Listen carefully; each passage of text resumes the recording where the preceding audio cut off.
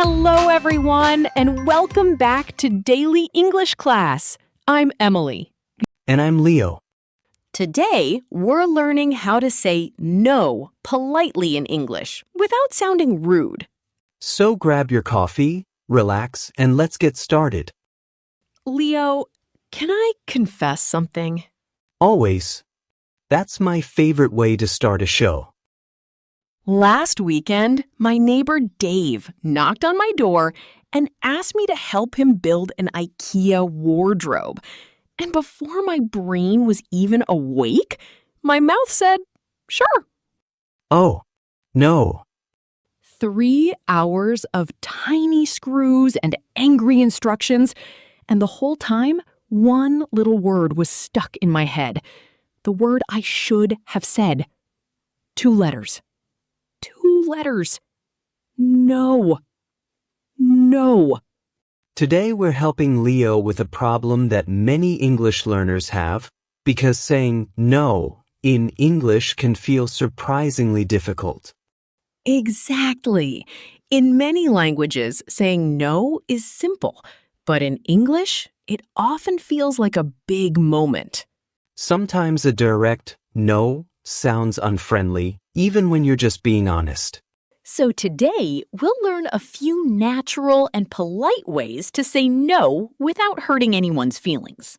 So today, we'll learn a few natural and polite ways to say no without hurting any. So today, we'll learn a few natural and polite ways to say no without hurting anyone's feelings.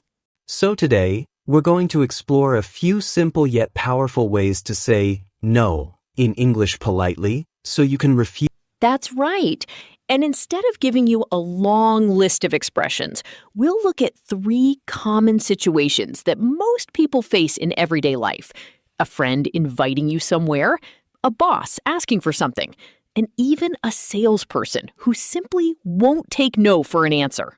By the end of this lesson, you'll feel much more comfortable saying no in English because you'll have polite phrases. The secret behind all of these expressions is something we call a softener, which is a small phrase that makes your answer sound kinder and less direct. Think of a softener as a cushion for your words because a direct no can sometimes sound hard, but a soft. Here's a quick question for everyone watching today. When was the last time you agreed to do something, even though you really wanted to say no? Let us know in the comments because we know we've all been there. Now, let's jump into our first situation. Imagine that one of your friends. The important thing here is that you actually like your friend and would enjoy seeing them. But unfortunately, you already have other plans and simply can't go.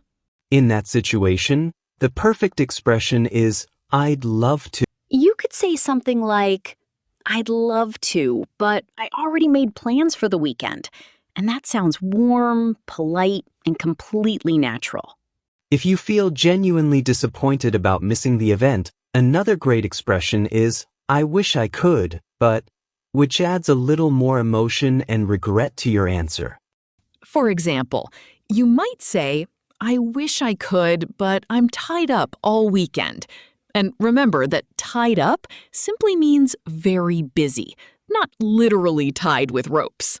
Here's a fun little fact before we continue. The expression, take a rain check, actually comes from baseball. Personally, whenever a big group invites me somewhere, I love using the phrase, I'll have to sit this one out, because it's warm and friendly while still making it clear that I'm going to skip this particular event. All right. Let's move on to our second situation because this one feels a bit more serious and has higher stakes. Imagine it's late on a Friday afternoon and your boss suddenly walks over to your desk with that look that makes you nervous. Then your boss says, we're completely swamped right now. Would you be able to take care of the Henderson project this weekend?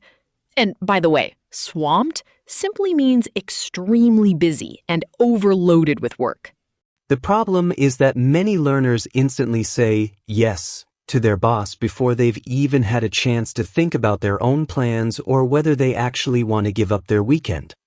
That's why the phrase, "I'd love to," sounds a little strange in this situation, because honestly, very few people love spending their weekend working.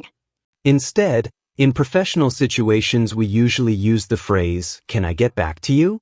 because it politely gives us time to think. For example, you could say, "Let me check my schedule and get back to you," which sounds responsible, professional, and respectful, rather than rude or uncooperative.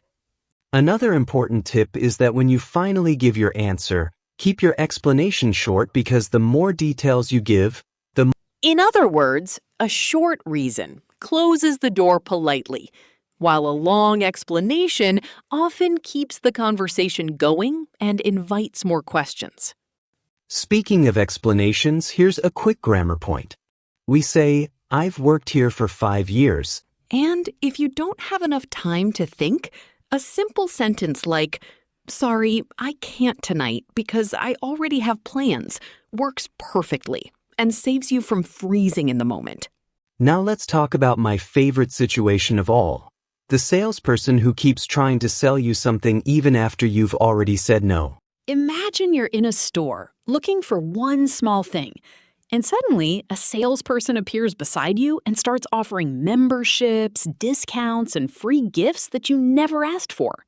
In that situation, a soft and indirect answer usually isn't enough. So the best response is something short and direct like, "I'm not interested, thanks," because it's polite but also closes the conversation.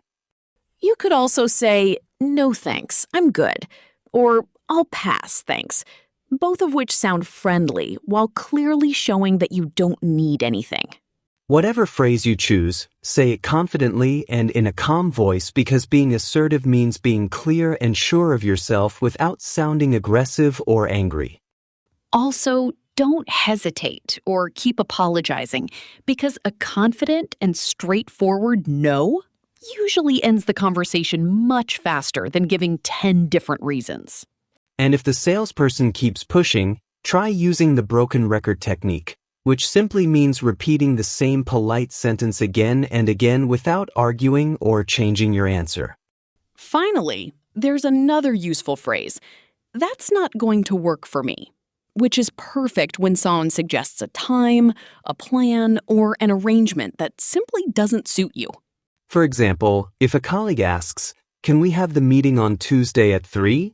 and that time is impossible for you, you can calmly reply, "That's not going to work for me." And that's really the secret to saying no in English. Be kind, be clear, and don't be so polite that you end up agreeing to things you never wanted to do in the first place. Before we finish today's lesson, let's practice all of these expressions together because saying them out loud a few times will help them become natural and easy to use in real conversations. Now, let's take a short grammar break because this situation gives us a useful expression to review. After the verb suggest, we normally use the ing form. So we say, "She suggested going," not "she suggested to go." One last tip before we move on. If you're not sure whether you can accept an invitation, don't say yes immediately because many people agree on the spot and then regret it later. Instead, you can politely say, "Can I let you know later?" Just be careful not to do this too often, or people may start to think that you're flaky, which means unreliable, or someone who never fully commits to plans. And if you can't meet today but would still like to see your friend another time, a lovely expression is, "Can I take a rain check?" Because it means, I can't make it today, but I'd still love to get together in the future. And if you can't meet today, but would still like to see your friend another time, a lovely expression is, "Can I take a rain check?" Because it means, I can't make it today, but I'd still love to get together in the future. I really love that expression because it reminds us that saying no doesn't have to end a conversation or hurt someone's feelings. Sometimes it simply means that today isn't the right day, but the friendship and the invitation still matter to you. Exactly. And I think that's one of the most important lessons from today's episode, because learning to say no politely is really about finding a balance between being kind to other people and being honest about your own time, energy, and needs.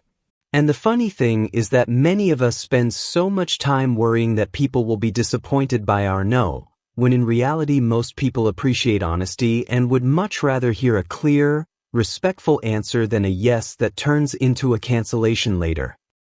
That's so true. And once you realize that, saying things like, I'd love to, but I'm really busy, or can I take a rain check, starts to feel much more natural and much less uncomfortable. So if there's one thing we'd like you to remember from today's lesson, it's this. Saying no isn't rude, selfish, or unfriendly. It's simply a way of respecting your own boundaries while still treating other people with kindness and consideration. And with that, we'd love to know which of these expressions you're going to try first. Because the more you practice these little phrases in real conversations, the more confident and natural your English will sound. Thanks so much for spending these few minutes with us today.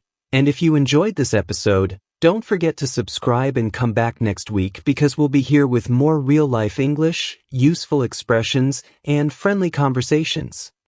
Until then, take care of yourself. Be kind to others. And remember that every time you politely say no to something that doesn't work for you, you're also saying yes to your time, your priorities, and your peace of mind.